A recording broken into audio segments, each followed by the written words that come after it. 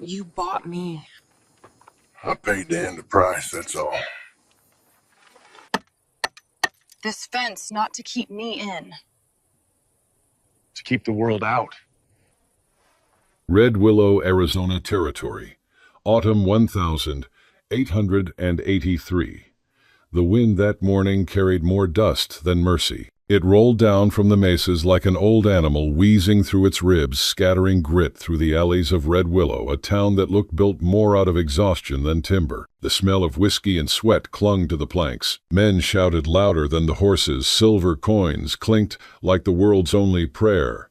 And somewhere behind all of it came the dull rhythm of a hammer striking wood, the auction block being tested for weight. They were selling again.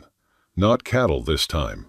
Ayanna stood barefoot on that sun-bleached platform, the splinters biting into her soles until the blood dried black against the dust. Her wrists were bound in coarse rope, the skin rubbed raw, the marks still weeping from days of travel. She had not eaten since yesterday, though she no longer felt hunger, only the hollow calm that arrives when the body forgets it belongs to itself. The wind tangled her hair and lifted the torn hem of her deerskin dress. Somewhere in the crowd a man laughed, another spat.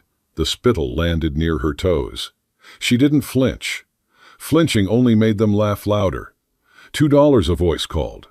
3 another answered. 5 for the savage. The auctioneer grinned, one gold tooth flashing in the light. He slapped the plank beside her ankle. Come on, gents. She eats little, works hard. Make it worth my trouble. Ayanna stared at the ground. Her name, the one her mother had given her, meaning Eternal Blossom, was a sound she had not heard in weeks. Here she was not a name, only a price waiting to rise. 6, a man's voice said, not loud but sharp enough to cut through the wind. Heads turned. He stood near the edge of the square, one boot resting against the hitching, post his coat a shade between dust and ash. Silas Walker. His hair was sun-faded, his face drawn tight around a scar that sliced from his jaw to his collarbone, a mark left long ago by a blade or a bullet. People in Red Willow told both stories, though he never corrected either. His left shoulder hung stiff, an old cavalry wound that had taught him how to live with pain quietly. He reached into his coat, took out $6 silver and placed them on the rail. Untie her. The crowd went quiet enough to hear the wind scrape across the roofs. The auctioneer hesitated, caught between greed and disbelief. Then greed won, as it always did. Your loss, mister, he said, grabbing a knife from his belt. He sliced through the rope around her wrists. The fibers fell to the planks, coiling like dead snakes.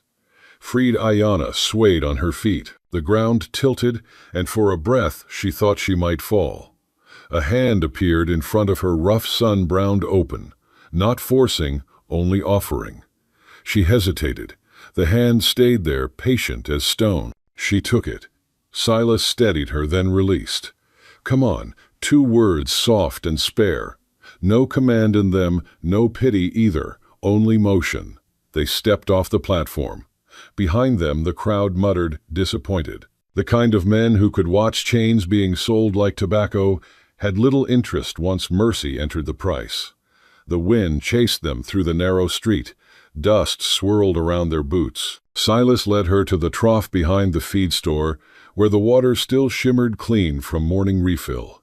He dipped a tin cup and set it in her hands. Ayanna hesitated. Her throat worked once before she lifted the cup, drinking too fast, water spilling down her chin. She coughed. Silas took the cup, filled it again, and handed it back without a word. This time she drank slower. He pulled a folded blanket from his saddlebag, wool gray, worn thin at the corners, and laid it over her shoulders, careful not to touch skin. The blanket swallowed her frame. She closed her eyes for a heartbeat, the first moment in months that warmth didn't come with a price. When she looked up again, he was already adjusting his saddle. Can you ride? He asked. She nodded, unsure. Then hold the horn. I'll keep you steady. He mounted first, then helped her up, guiding her gently onto the front of the saddle. His hand rested near her waist, not on it, just close enough to catch her if she slipped. She held the blanket tight and looked straight ahead as he turned the horse toward the road that led out of town. Behind them, the auctioneer's laughter echoed faintly through the wind. They rode for miles before either spoke again. Red Willow shrank behind them until it was only a smear of smoke against the horizon. The land opened wide, dry grass, low mesas, and sky that seemed too big for Mercy. The horse's hooves drummed steady against the packed dirt. Silas slowed the pace when he noticed the tremor in her shoulders. "Cold?" he asked. She didn't answer, only tightened the blanket. He shifted his coat open enough to block the wind from her side. She noticed, but said nothing. Gratitude was still a language she didn't trust. When the road curved toward the hills, he stopped by a patch of scrub oak. "Rest a minute." He dismounted, then offered his hand again. She slipped down light as a breath, and landed awkwardly, knees shaking. He steadied her elbow, then stepped back. She crouched, touched the dirt with her fingertips, and held it there, pressing her palm flat. The soil was dry, still warm from sun, but it was earth, not the boards of a wagon floor, not the iron belly of a cage. Silas watched without speaking. He took out his knife and cut the last length of rope still hanging from her wrist. Instead of tossing it away, he knelt, dug a small hole at the base of a rock, and buried it. Ayanna watched him cover it with dust and pat the ground once, like a man sealing a grave. He didn't say what it meant. He didn't have to. When he looked up, her eyes met his for the first time. "Eat," he said, handing her a strip of jerky. She took it bit carefully, chewing slow. He ate a smaller piece himself, standing guard without making it obvious. A hawk circled above them, a dark fleck against the pale sky. "Your name?" he asked after a while. She hesitated, tasting the English on her tongue like something sharp. "Ayanna." He nodded. "Silas Walker." Their names hung between them, the first trade made freely that day. By dusk, the air turned colder. They followed a dry creek bed that led toward the distant outline of Silas's ranch. The horizon blazed in copper light, and every shadow stretched long like a warning. When the cabin finally came into view, Ayanna blinked, as if unsure it was real. A small wooden house crouched near a split-rail fence, one corner of the roof sagging. Smoke drifted thinly from the chimney. It wasn't much, but it stood, and it was quiet. Silas dismounted, winced as his shoulder caught.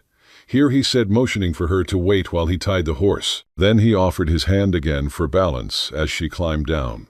She touched it briefly, then pulled away, keeping distance. Inside, the cabin smelled of dry wood and old leather. A stove squatted near the far wall, still warm from the morning fire. There was one bed, a table with 2 chairs and shelves lined with jars of beans and flour. Everything was neat, not polished, the kind of order that belonged to someone who'd learned how to live alone. Silas pointed toward the chair nearest the stove. "Sit." She hesitated. He nodded once. She sat, slow eyes darting to him as if waiting for correction.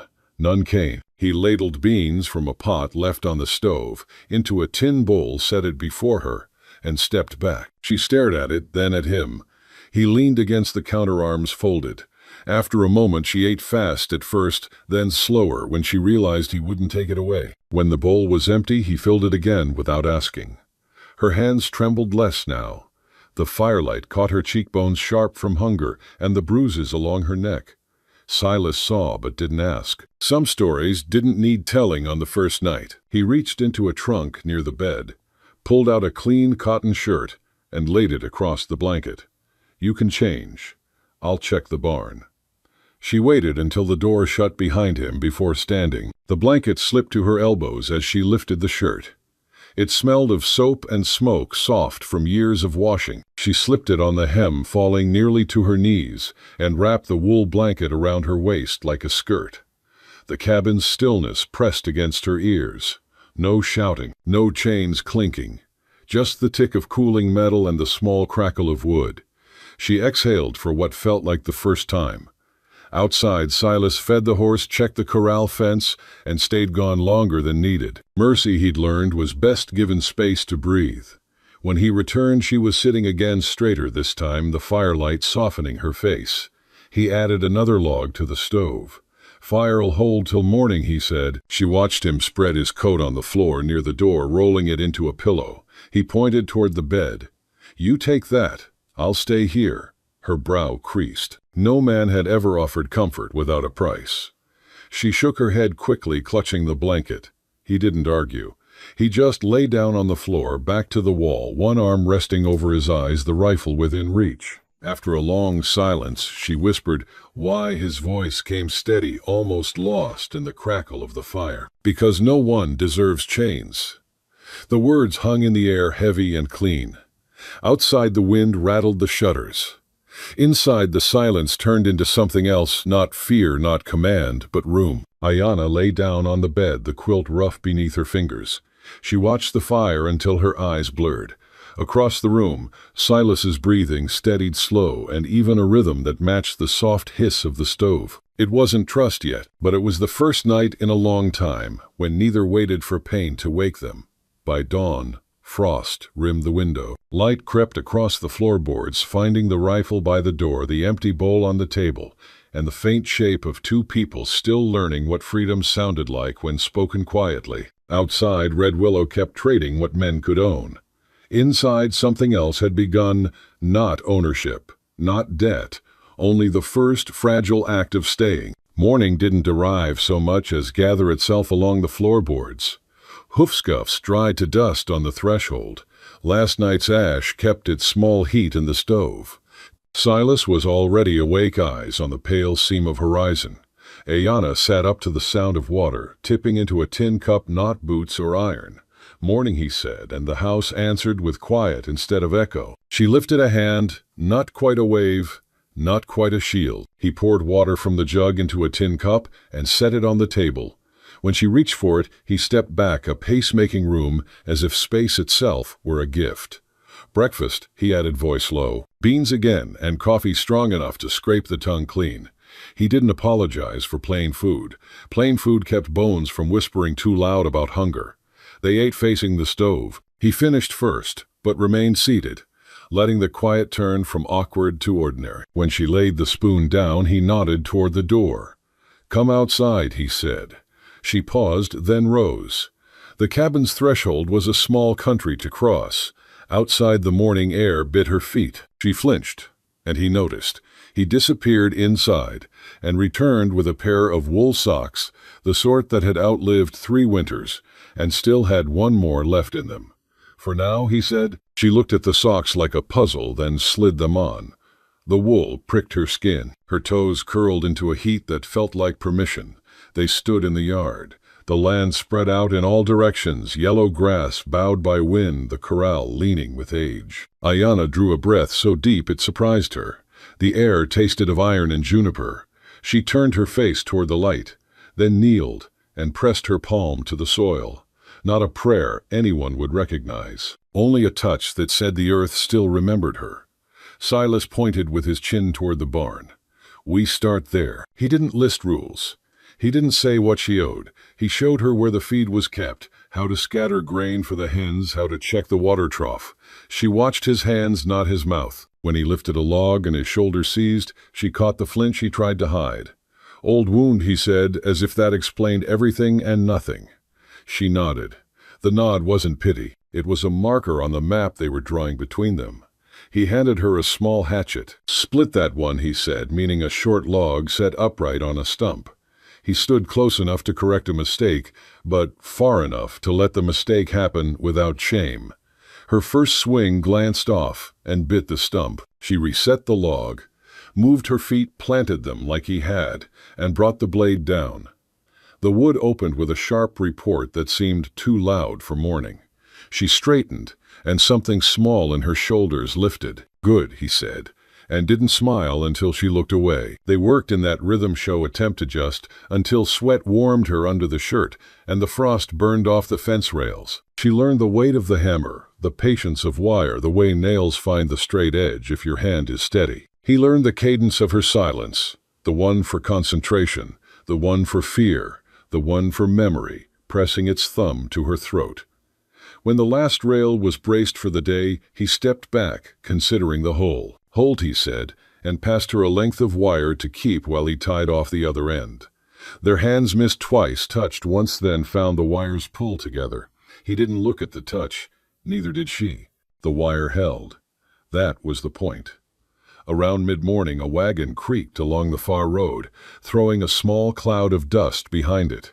Ayana's body stiffened, as if pulled by a string eyes locked on the moving shape. Silas stepped between her and the road, casual enough not to make it worse, deliberate enough to make it better. He rested a hand near his holster. The wagon rolled past without turning in an older man with a hat pulled low, a milk can rattling in the back. The moment stretched, then snapped. "No one touches you here," Silas said, not looking at her when he said it. It was a promise that wore plain clothes. It fit him. They went back inside when the wind rose and the hens became loud with opinions. He boiled coffee more for the warmth than the taste. She watched the steam twist the way breath twists when you carry it too long. On the table lay the strip of cloth she had used to wipe her wrists. The skin was less angry now, though the grooves remained. She picked up the cloth and folded it into a narrow band. "May I?" she asked, surprising them both with how the English arranged itself. He nodded. She came near and wrapped his shoulder through the shirt, not over the wound, but where the muscle strained. Her fingers worked with a care that refused to call itself tenderness. He held still, letting her do the work. When she tied the knot, he tested the lift of his arm and grunted once, not pain exactly, but the admission of being human. "Better," he said. She stepped back. The air between them had the clean feel of a floor just swept. He put on a canvas work coat and handed her another smaller patched at the elbow, brown gone almost gray. "Yours," he said. She slid into it. The coat was heavy, the way belonging is heavy when you first put it on. She tugged the sleeves up so her hands showed. The coat changed her posture. It moved her from rescued to resident by an inch you could measure. He took her out again to the yard. "Show you the ridge," he said. They climbed the slope behind the barn where a low rise offered a view of the road. From there the cabin looked like something a stubborn man would build, square-shouldered and plain. The sky went on forever. Wind combed the grass from right to left, then left to right, as if deciding. "Watch from here if I'm gone," he said. "Dust line riders. Take the stove for cover inside." She repeated the words not because she didn't understand, but because repetition builds bones around courage. "Stove for cover," she said. Yes. They stood together, and for a long minute there was nothing to see but light. The distance made time behave. Her breath slowed to match the wind. When she turned, he was already heading down, and she followed the coat, catching the sun and giving it back in dull flashes. Back at the corral, he showed her the halter knots that don't slip the knot that does when you need it to. He didn't touch her hands to correct them. He tied one alongside her, then cut his knot open so she could tie it herself. The third attempt held true. "You'll need that," he said. She looked at the rope then, at the dirt, then up. "I know rope," she said, meaning the old kind. He understood. He put the rope away like a word you use carefully. They ate a noon meal that didn't quite deserve the name jerky. The heel of yesterday's bread, a few slices of apple his neighbor had traded for fence boards last fall. After he set a pot of potatoes to boil. The cabin filled with a smell that felt like a small holiday. She moved without asking, found the tin plates, a cloth, arranged them on the table. It was the first time she did a task on the ranch that wasn't about survival. It was about living. In the afternoon, he worked at the north fence line where the wind hit hardest. She carried nails in a small leather pouch at her hip, handed them one by one as he set each plank. A nail bent, then another. She frowned, then corrected the angle. Metal met wood with the clean sound of something agreeing with itself. He gave a short nod, which in his grammar was praise written in bold. Toward the middle of the work, she stopped and tilted her head as if listening for a memory. Then she walked a few steps to the base of a red willow sapling near the fence, kneeled and brushed the dirt. She took from her pocket a tiny thing, a bead, bone white, not expensive, not sacred, the kind of everyday bead used to edge a hem. She pressed it into the soil and smoothed the surface with the flat of her palm. He didn't ask. Some acts speak clearer when left alone. Clouds gathered on the western rim. The wind had the cold bite that says evening will not be kind. They finished the last board, and he straightened, slowly testing the shoulder. Ayana watched the jaw tighten and loosen. She took the hammer from him and hung it on the peg without being asked. Inside, she stirred the pot while he split kindling. When the potatoes were ready, she salted them in her palm, and sprinkled it from high so the salt fell like snow. He poured coffee, and did not try to fill the quiet with words that would only make it thinner. After they ate, he checked the rifle, then laid it back by the door in plain sight. He wanted her to see readiness was not the same as fear. He wanted her to know what he would do if someone came to take what didn't belong to them. He pulled a second blanket from the trunk and tossed it onto the foot of the bed. "Cold tonight," he said. She looked from the blanket to the coat laid on the floor near the door and then back to him. Her eyes asked a question with more trust than the day had started with. "Floor's fine," he said. She held his gaze, then pointed bed floor him. Then the space beside her on the mattress, a small gesture drawn in the air, careful and deliberate. She left a space, not an invitation to cross, but an acknowledgement that the door had two sides, and both could stand open. He stared a beat too long, then shook his head once, the kind of refusal that contained respect, not distance. "Not yet," he said. The yet was a bridge built from a single plank. Night fell fast. Wind pressed the cabin seams and found where boards still needed a nail. He stuffed rags into the worst gaps and added a log to the stove. The fire did its work with small noises like a child's sleep. When the storm began, it wasn't rain. It was a moan of cold air dragging itself across the hills. The cabin held. Ayana sat with her back to the bedpost, the blanket high around her shoulders, eyes on the stove. He took the chair and stretched his legs, the rifle within reach of his foot. Their breath synced without trying. After a while she spoke words, picked carefully like berries where thorns grow thicker than fruit. "You bought me," she said, then touched the floor with two fingertips. "Then you buried the rope." He stared at the iron belly of the stove. "I paid to end a price," he said. "That's all." She waited, and the waiting invited truth. "Men take what they can," he went on. "I've been one of those men. Not like them." He nodded toward town. Different uniform. Same noise in the head. She watched him with an expression that made him feel counted and weighed, not judged. "War?" she asked. "War," he said. The word had no romance in it. "I came home to nothing that looked like home." She nodded again once. "I had home," she said, hand touching her chest, then opening outward to mean others, a circle, a fire, a mountain. "I had words." She let the hand fall. Smoke took them. They let the stove answer for a while. The iron ticked as the wood settled. The wind combed the roof and found no purchase. He stood and peeled his shirt away from his shoulder, just enough for her to see the puckered seam of the old wound. She didn't move toward it. She didn't offer compassion like a poultice. She only looked and then met his eyes, saying without saying, "I see the thing that shaped you, not the man you were when it did." He pulled the shirt back on, and Saturday, "You stay as long as you want," he said. "If there's somewhere else, I stay," she said, before he could finish. The words surprised her with their certainty. They surprised him with how much room they made in his ribcage. He nodded, the kind of nod that said everything words might ruin. He stood and banked the fire low. When he lay on the floor, he folded his coat twice to lift his head. She lay back and turned toward the window where the frost had begun to write its white language across the glass. Silence came again, but not the kind that carried weight like a chain. This silence carried weight like a door bar set in place after a long day, the sound of a house deciding to be a house.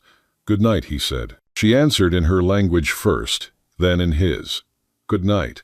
The storm thinned toward midnight. The wind died into a whisper that barely reached the eaves. Somewhere in the yard, a hen made a dream noise and went back to its small duty of sleeping.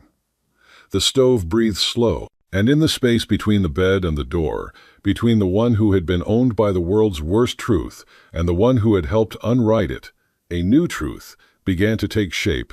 Not safety, exactly, not yet, but shelter, and the first stubborn desire to keep it. By morning there would be more work. The north fence would sag again where wind loves to prove its point. A nail would split a board and need replacing. The road would stay visible from the ridge, and eyes would keep watch. But when the first light fingered the floorboards, it would find two coats hanging on the wall instead of 1, 2 plates drying on the shelf.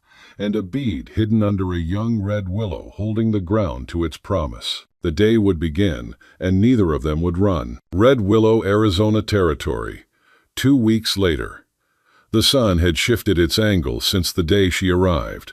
The mornings were warmer now, though the wind still carried a blade at dawn.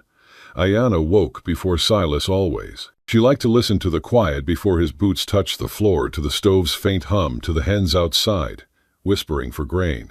She liked knowing what the house sounded like when safety was still asleep. Every morning began the same water drawn from the pump. Coffee, brewed in the blackened pot, and beans simmered slow. The work was ordinary, and that was what made it extraordinary. Ordinary meant she could plan beyond the next hour. Outside, Silas was already at the corral, hammering nails into a fence post that refused to stay straight. He didn't look up when she stepped into the light, but his voice carried. "Posts leaning," he said. "Wind pushed," she answered. Her English had grown steady, still accented by vowels that carried the shape of canyons. He glanced at her, saw the calm in her shoulders, and said nothing more. She walked to him, took the shovel, and began packing soil around the post's base. They worked in silence that didn't need explanation. When the post held firm, Silas nodded. "Strong," he said. Ayanna tapped the wood once. "Together," she replied. The day unfolded like that, brief exchanges, mostly action. She mended a rip in the saddle blanket, milked the goat that had started trusting her hands, and gathered eggs.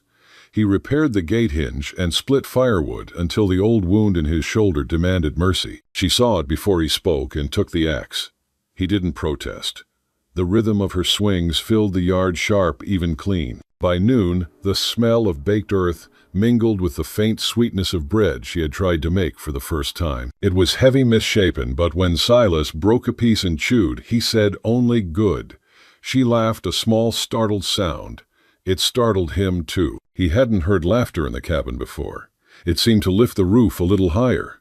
After lunch, clouds began to form over the ridge. Silas checked the sky. "Storm'll pass north," he said. Ayanna shaded her eyes. "Sky lies," she murmured. He almost smiled.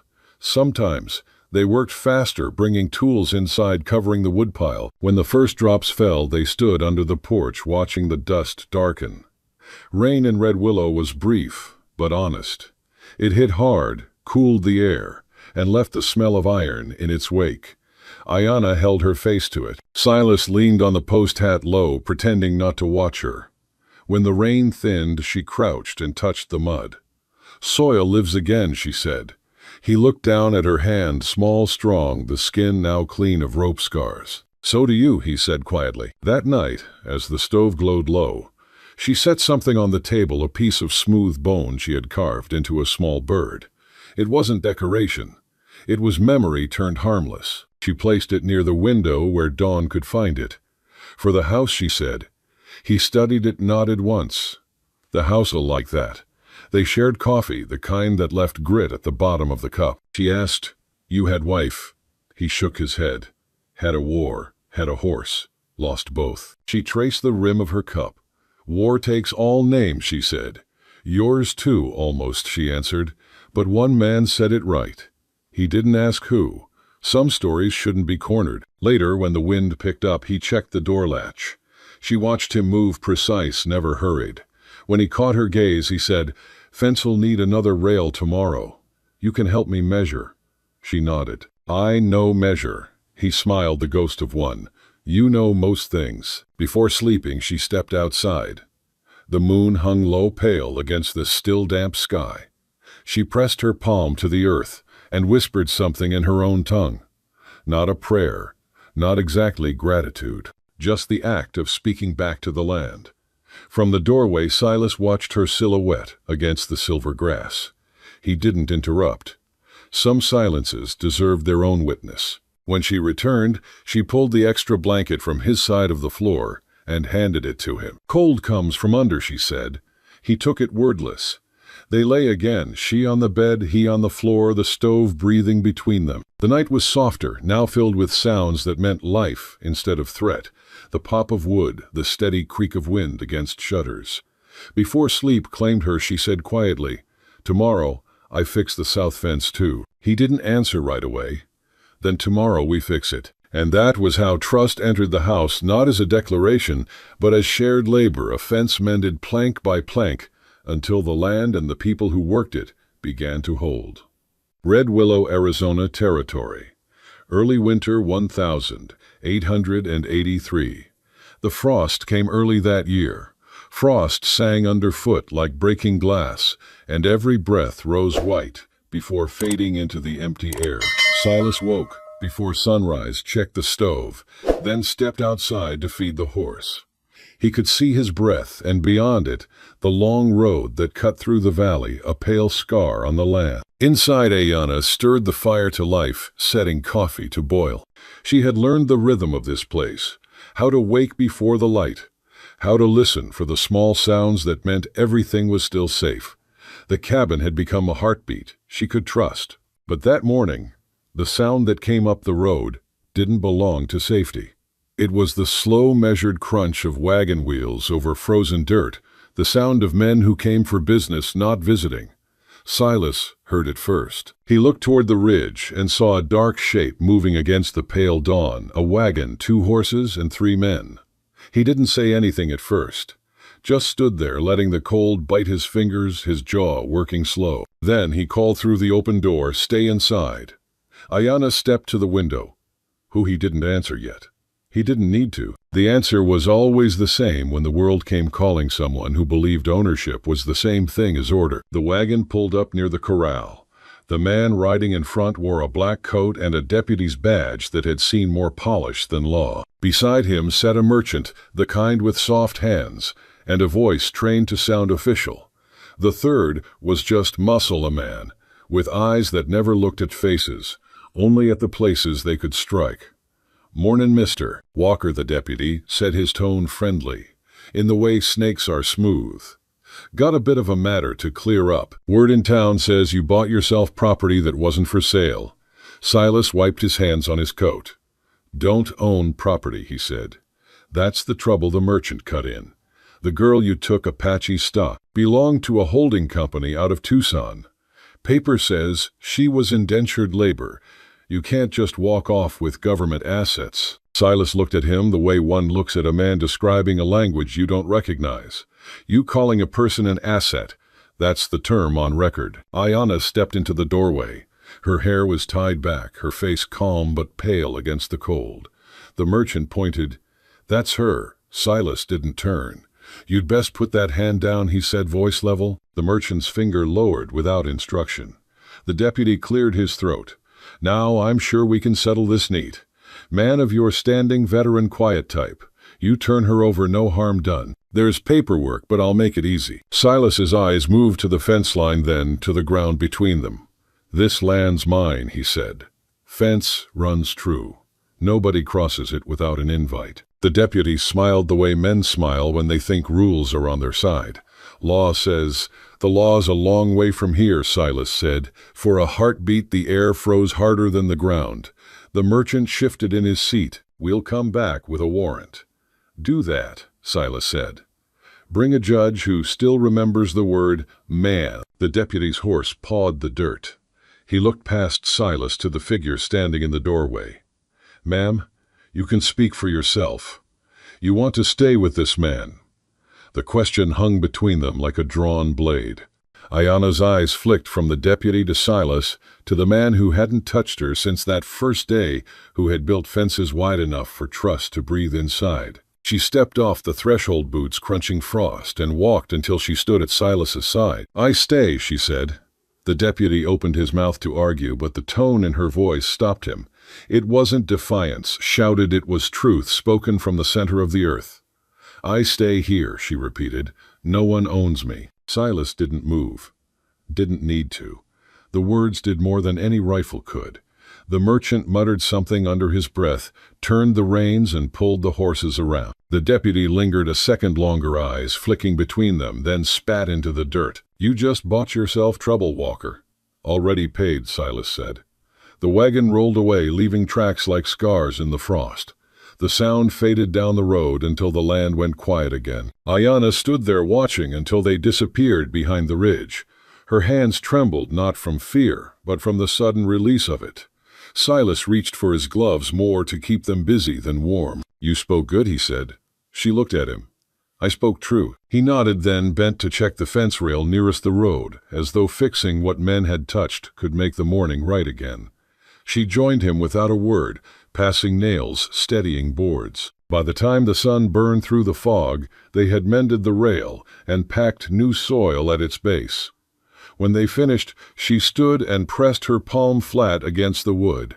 "This fence," she said, "not to keep me in." "No," Silas said, "to keep the world out." That evening the cabin smelled of coffee and smoke. Ayanna sat near the window, sewing a tear in her coat. Silas cleaned the rifle, checked the cartridges, then set it back in its place by the door. When she finished sewing, she spoke without looking up. "They will come again." He exhaled through his nose. "Maybe, maybe not. Men like that depend on how bored the world gets." She nodded. "If they come, I stand with you." He smiled just a corner of his mouth. "You already did." Outside, the last light of day faded behind the red hills. The air smelled of snow. Silas went to the door and looked out one last time. The fence gleamed silver in the half-light, every board straight, every wire tight. He closed the door softly and slid the bolt into place. Inside, the warmth held steady, and for the first time since the day he'd bought her freedom, he realized the house no longer echoed. It sounded lived and like something shared, not borrowed. Red Willow, Arizona territory. Late winter 1883. Snow fell quiet that morning, soft enough to hear it land. Ayanna stood on the porch, wrapped in Silas's coat, watching the flakes melt against her hands. The ranch below lay still, fences half buried, the corral empty, smoke curling from the chimney. Behind her, Silas poured coffee into 2 tin mugs. "Fence won't last till spring," he said. "Then we build again," she answered. They stood side by side, steam rising between them, neither speaking much. The silence no longer felt hollow. It had weight, warmth. Inside the cabin, the fire hummed like a small animal breathing. It had been months since the men came with papers and threats. None had returned. Peace had grown in the shape of ordinary days, fixing rails, baking bread, feeding hens. Ayanna laughed, sometimes. Now the sound brief but real. And Silas had started leaving his rifle by the door instead of the bed. That afternoon he brought a small package from town, a silver locket, plain and empty. "No picture," he said. "Didn't seem right to choose one." Ayanna turned it in her palm. "Then it waits," she said, "for something that belongs." They ate supper by lamplight, bread warm from the stove. Outside, the wind softened against the walls. Silas watched her hands move steady, certain, and thought of the auction square of 6 silver coins falling like thunder. He'd bought freedom for a stranger and found something harder to name. "You ever think about leaving?" he asked. She looked up, eyes calm. "I think about before," she said. "But before is gone. And after is here." He nodded. That was enough. When dawn returned, the frost had melted from the windows. Ayanna stepped outside, pressed her palm to the young red willow she'd planted. Its branches shivered in the wind, thin but alive. "Grow," she whispered, "for both of us." Behind her, Silas called, "Coffee's ready." She turned, smiling faintly. "Sweet." He lifted the tin pot. Brought sugar this time. They stood in the doorway, sharing warmth and quiet. No vows, no grand ending, just 2 people who had stopped running. Outside, the earth thawed under the snow, learning to breathe again. Inside, the fire burned low, but steady, like something that had learned how to stay. And somewhere beneath the frost, the buried rope slept quiet. Ayanna watched the horizon brighten, the first light brushing gold across the fence line. The world looked fragile and new, pausing before the next beginning. Silas lifted his cup, eyes tracing the same hills, and for a moment neither spoke. There was nothing left that needed saying. The wind moved through the red willow, whispering softly in a language both of them almost understood. She closed the door halfway, keeping the warmth inside. The day would start soon, but for now they stood unowned, unbound, quietly alive.